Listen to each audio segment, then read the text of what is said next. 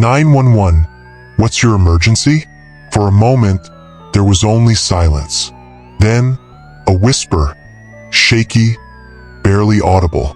He's inside. Please help me. Then silence. The call lasted exactly 46 seconds. The dispatcher on duty tried to get more details.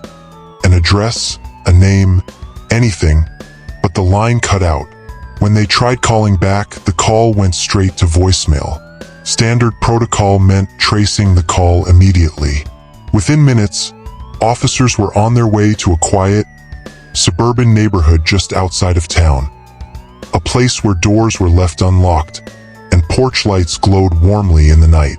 But something felt wrong the moment they arrived. The house, a modest two-story home with neatly trimmed hedges and a swing set in the backyard, sat in eerie silence. No lights on, no movement inside. The officers approached cautiously, checking for any sign of forced entry, but the front door was locked. Nothing seemed out of place. Then they noticed it. A cell phone on the porch, screen shattered, face down on the concrete.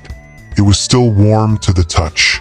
Inside, the two children Emily Dawson had been babysitting were fast asleep in their beds, unharmed, unaware of the nightmare unfolding around them.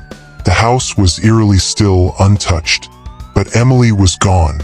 No footprints leading away, no forced entry, no sign of a struggle, just a teenager who had vanished without a trace, and a phone call that would haunt investigators for years to come. Authorities wasted no time. A full-scale search began. Neighbors questioned, nearby streets canvassed, surveillance footage pulled from every possible angle. The Johnsons, the couple who had hired Emily that night, arrived home just after the police.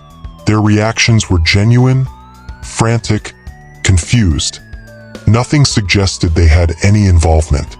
And yet, their house held a disturbing secret no one had noticed before. In the kitchen, Emily's half-eaten sandwich sat on the counter, as if she had been interrupted mid-bite. A glass of water, still sweating from the condensation, stood beside it. Her purse remained untouched by the door. Her shoes were still neatly placed by the front entrance, meaning she had likely left barefoot. And then there was the back door, locked from the inside. A neighbor across the street had a security camera facing the Johnson home. When officers reviewed the footage, they saw Emily's last known moments. 9:37 p.m., Emily appears in the kitchen window, moving back and forth. She seems normal, relaxed. 9:41 p.m., she pauses, turns her head slightly. Something outside has caught her attention. 9:42 p.m., she steps away from view.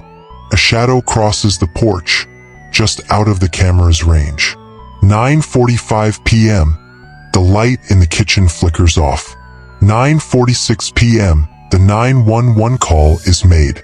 9:47 p.m., a dark figure appears at the very edge of the footage, standing in the yard, motionless.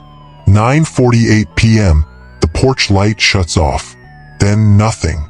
Emily is never seen again. Forensic specialists worked to enhance the audio recording of Emily's call. At first, it was hard to make out anything beyond her whisper, "He's inside. Please, help me."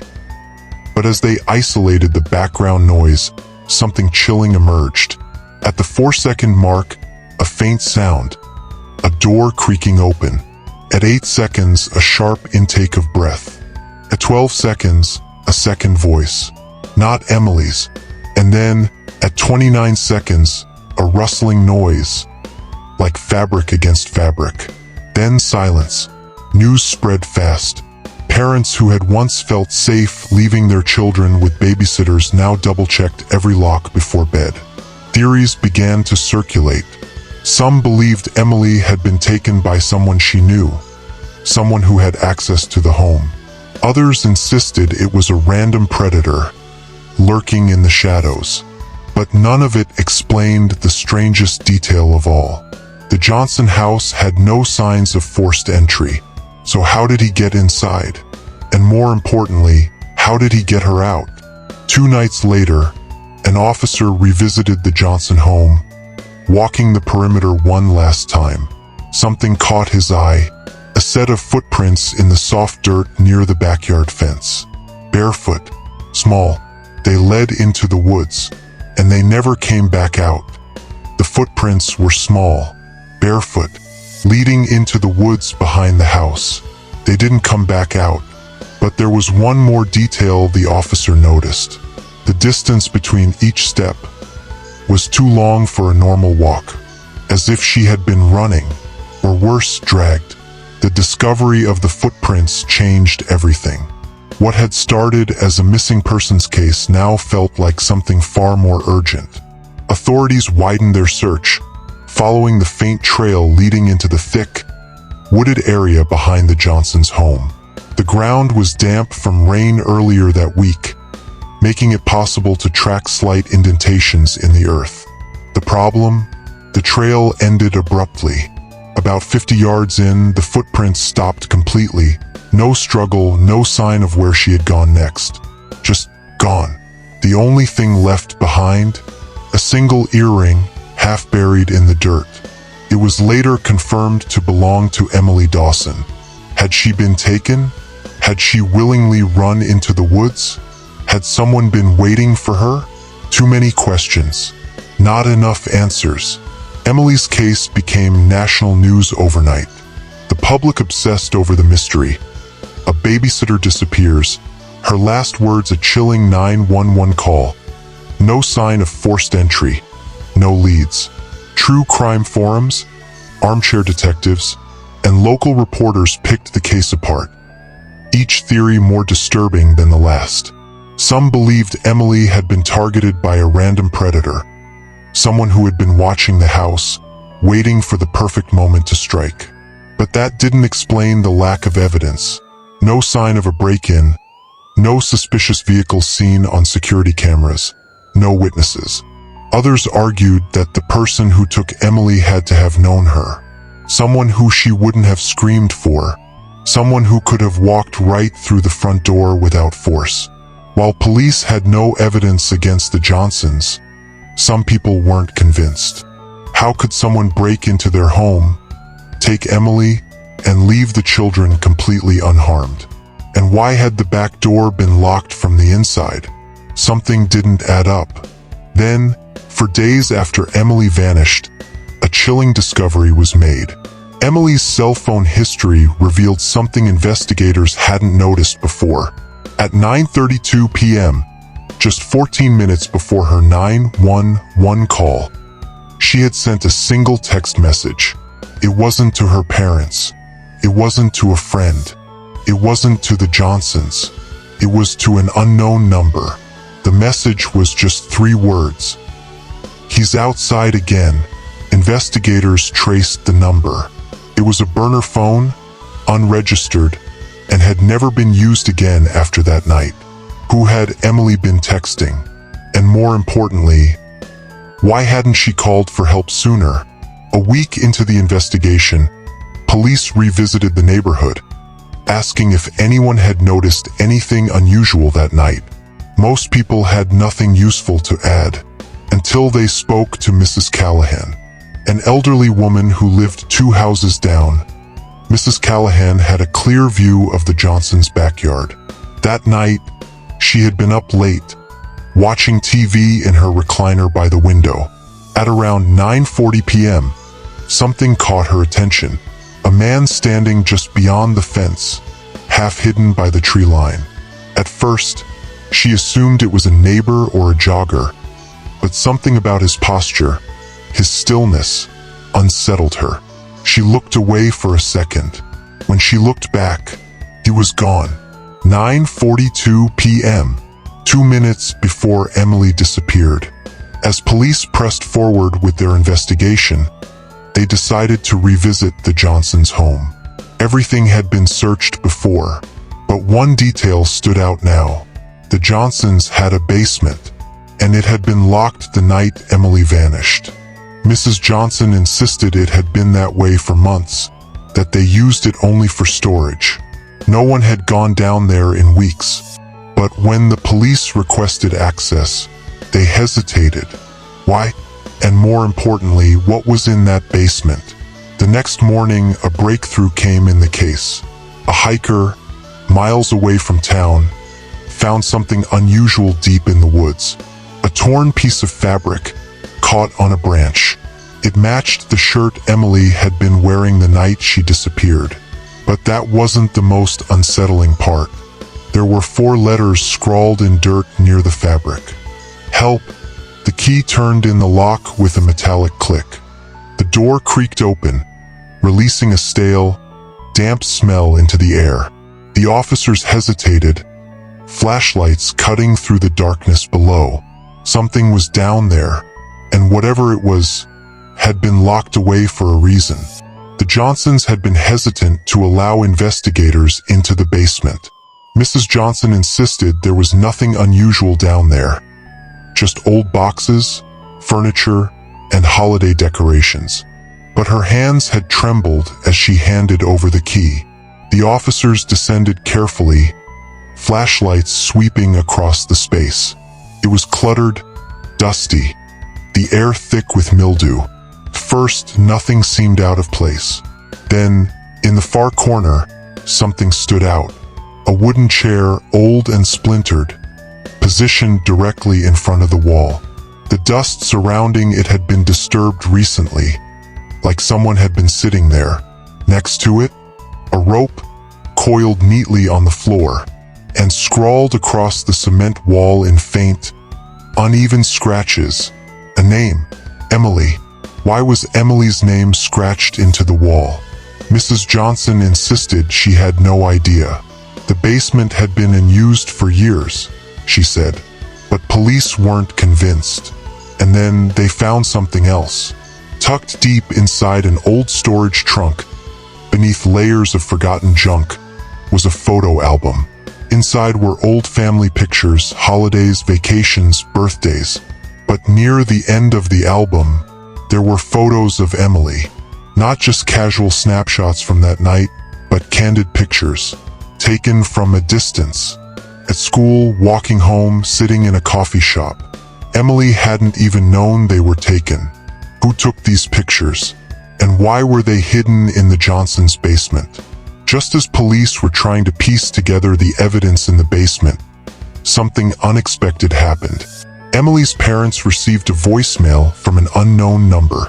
The call had come in early that morning, but they had missed it. The message was only 4 seconds long. A faint, shaky breath, then a whisper. It's cold. Click. Emily's parents were convinced it was her. And if they were right, she was still alive. The piece of Emily's shirt found in the woods, combined with the voicemail, shifted the investigation. Authorities turned their focus back to the forest, expanding the search. That's when they found it. About 3 miles from the Johnsons' house, hidden in dense brush, was a small wooden shed. It was old, almost collapsing, with vines twisting through the rotting planks. But the padlock on the door was new. Someone had been using it recently. Inside, the air was stifling. A dirty mattress, empty food wrappers, and a single plastic chair sat in the corner.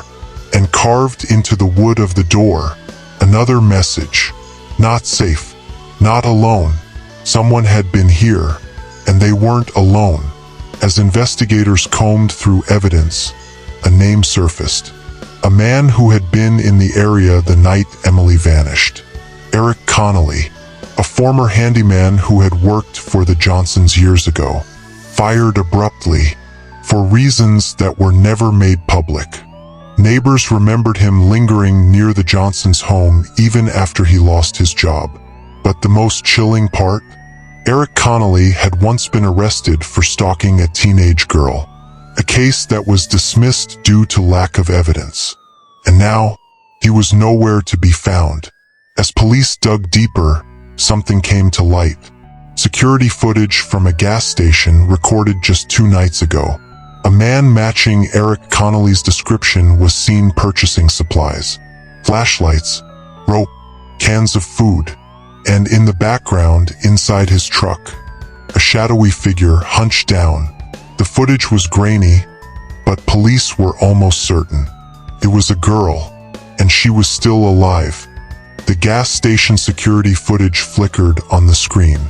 A man, face obscured by a hood, placed supplies on the counter. Rope, flashlights, cans of food. But it wasn't just what he was buying. It was what was inside his truck. A shadow small hunched down. The grainy footage wasn't clear, but investigators knew. Emily was still alive. The clock was ticking. Emily had been missing for over 48 hours, and now police had a potential suspect. Eric Connolly, a former handyman who had worked for the Johnsons. A man with a history of stalking. And now he had vanished. Detectives traced his last known location, a rundown motel on the outskirts of town. When they arrived, the room was empty, but he had left something behind. A notebook, pages filled with obsessive notes about Emily, her schedule, places she frequented, even what she wore. And on the last page, a single phrase scrawled in frantic handwriting. "They're getting close." Detectives combed through Connolly's past, trying to predict his next move.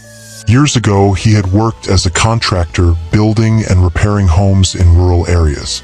One property stood out, an abandoned cabin deep in the woods, owned by a relative of his. It hadn't been used in years, or so they thought. When authorities checked satellite images, something stood out. A dark vehicle partially hidden by trees, and nearby, faint tire tracks leading to the cabin. It was their best lead yet, but they had no idea what they were walking into. The SWAT team moved in, navigating the dense forest with silent precision. The cabin was small, weathered, barely visible through the trees. But inside, something felt off. A single lantern flickered on the table, casting long shadows. A mattress on the floor, chains bolted to the wall. And in the air, a faint sound, a muffled cry, then a footstep. Someone was still inside. The team moved fast, storming the cabin with guns raised. And there, standing in the corner, was Eric Connolly. His eyes wild, breath ragged. He held a knife close to his chest. "You don't understand," he muttered, voice shaking. "She needed me. I was protecting her." He took a step forward, but officers were already on him. They tackled him to the ground, the blade clattering to the floor. And in the back room, a locked door. When they kicked it open, their flashlights illuminated a terrified figure. Emily, bound, bruised, shaking, but alive. In the aftermath, Emily told investigators everything. How she had been taken from the Johnsons' house that night. How Connolly had been watching her for months. How he believed she belonged to him. He had kept her chained inside the cabin, feeding her just enough to keep her weak and dependent. He whispered to her at night, telling her she was safe with him, that no one else would understand, that he had saved her from something worse. Emily had tried to stay strong, but the isolation, the fear, it broke her down. She didn't know how much longer she could have held on. Eric Connolly was charged with kidnapping, unlawful imprisonment, and attempted murder. He never showed remorse, never explained why he did it, and never revealed how long he had been planning it. But one thing was clear. If investigators hadn't found that gas station footage, if they hadn't acted fast, Emily might not have survived. Her final phone call had been a desperate cry for help, and someone had answered. Emily sat in the courtroom, her hands gripping the edge of the wooden bench. The air was cold, sterile, filled with the quiet murmurs of reporters scribbling notes. And then, the door at the back of the courtroom opened. Eric Connolly entered, shackled, wearing an orange jumpsuit. For the first time since that night, Emily met his eyes. But he didn't look away. The trial of Eric Connolly v. The State was one of the most closely followed cases in the nation. The media called him the babysitter stalker, while tabloids churned out theories about his obsessive fixation on Emily. Prosecutors painted him as a manipulative predator, a calculated stalker who had been watching Emily for months before he made his move. But Connolly's defense team had a different story. They claimed he had mental health issues, that he was a victim of his own delusions, that he hadn't meant to hurt Emily. They even tried to argue that he believed he was protecting her from something worse. But the evidence? It was overwhelming. The gas station footage, the chains in the cabin, the notebook detailing her every move. And then there was Emily. When Emily took the stand, the courtroom was silent. She described how the night started normally, how she had been watching the kids, texting a friend. And then the power went out. She recounted the terror of being dragged from the house, the long hours locked in the cabin, the things Connolly whispered to her in the dark. She held nothing back. By the time she finished, half the courtroom was in tears. And Eric Connolly? For the first time, his smug expression cracked. For the first time, he looked afraid. The jury deliberated for less than 3 hours. When they returned, the judge's voice was clear, steady. We, the jury, find the defendant, Eric Connolly, guilty on all charges. Emily let out a breath she didn't realize she had been holding. Connolly was sentenced to life in prison without the possibility of parole. But for Emily, the nightmare wasn't over. Because even though he was behind bars, the scars he left behind, they weren't going away. Emily tried to return to a normal life, but normal didn't exist anymore. The nightmares wouldn't stop. Every time she closed her eyes, she was back in that cabin. Every time she stepped outside, she felt like someone was watching her. Her parents moved towns trying to escape the memories. But Emily couldn't run from them, because every article, every news segment, every internet forum kept the story alive. She was no longer just Emily Johnson. She was the girl who survived. And that title, it would follow her for the rest of her life. Months after the trial, investigators made a disturbing discovery. When searching Connolly's past, they found a hidden storage unit under his name. Inside, boxes of old videotapes, stolen personal items, and photographs of young women. Some of the pictures, they weren't of Emily. They were of other girls. Girls who had vanished years ago. Girls whose cases had gone cold. And among the tapes, a recording labeled Next. Police never revealed what was on it.